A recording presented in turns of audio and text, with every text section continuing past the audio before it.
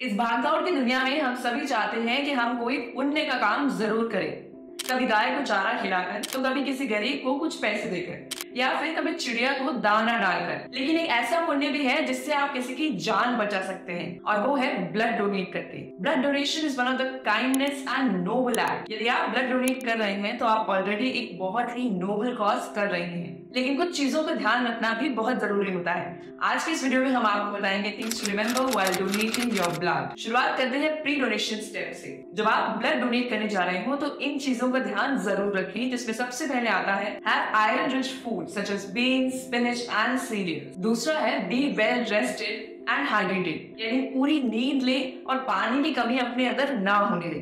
तीसरा है अगर आप ब्लड की जगह प्लेटलेट्स डोनेट कर रहे हैं तो avoid having aspirin before 2 days of your appointment. इसके बाद ब्लड डोनेट कैंप में जाने से पहले आप अपनी एलिजिबिलिटी जरूर चेक कर लें, जिसके अंदर आता है एज, हेल्थ, हाइट और आपकी पिछली ट्रैवल हिस्ट्री। 5वां पॉइंट है अवॉइड फास्टिंग। किसी भी हालत में ब्लड डोनेट करने से पहले खाली पेट ना रहें। हैव अ बैलेंस्ड मील, जिससे कि आपके ब्लड शुगर लेवल्स बैलेंस रहेंगे। प्री ब्लड डोनेशन स्टेप्स के बाद आता है things to remember on the day of donation, जिसमें सबसे पहला आता है आप अपने साथ एक फोटो आइडेंटिटी जरूर लेकर जाएं, जिसके अंदर आपकी पूरी इंफॉर्मेशन होनी चाहिए। साथ ही यदि आप किसी तरह की कोई मेडिकेशन ले रहे हैं तो उसका प्रेस्क्रिप्शन भी साथ लेकर जाना है, ताकि डॉक्टर उसे देखकर बता सके कि आप ब्लड डोनेट कर सकते हैं या नहीं। और आखिरी पॉइंट है डोनेशन के दिन आप हेल्दी खाएं, खूब सारा पानी पिए और काफी कंफर्टेबली ड्रेस होकर जाएं। ब्लड डोनेट करने के बाद आते हैं पोस्ट ब्लड डोनेशन स्टेप्स पे, जिसमें सबसे पहला आता है हैव अ ड्रिंक, पानी पिए और कोई ना कोई स्नैक जरूर ले। साथ ही हैवी चीजें और भारी चीजों को उठाना अवॉइड करें। और यदि आपको किसी तरह से अनईजी फील हो रहा हो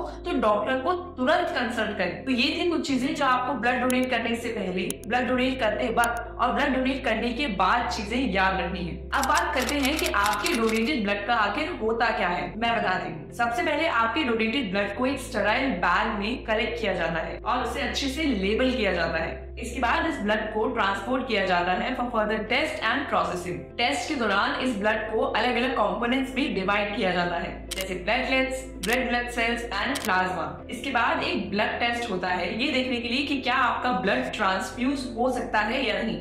यह ट्रांसफ्यूज का मतलब है कि दूसरे ब्लड में मिक्स हो सकता है या नहीं। इस टेस्ट के बाद यदि आपका ब्लड ट्रांसफ्यूज हो सकता है तो इसे फर्दर हॉस्पिटल्स में भेजा जाता है, जहां पे ब्लड की नीड होती है। इस ब्लड में मौजूद प्लेटलेट्स 5 दिन बाद एक्सपायर हो जाते हैं और आरबीसी 42 डेज बाद। वहीं प्लाज्मा 2 साल तक रहता है और इसी तरीके से इस ब्लड को प्रिजर्व किया जाता है। तो ये था आपके फर्स्ट टाइम ब्लड डोनेशन को लेके एक छोटा सा गाइडेंस वीडियो।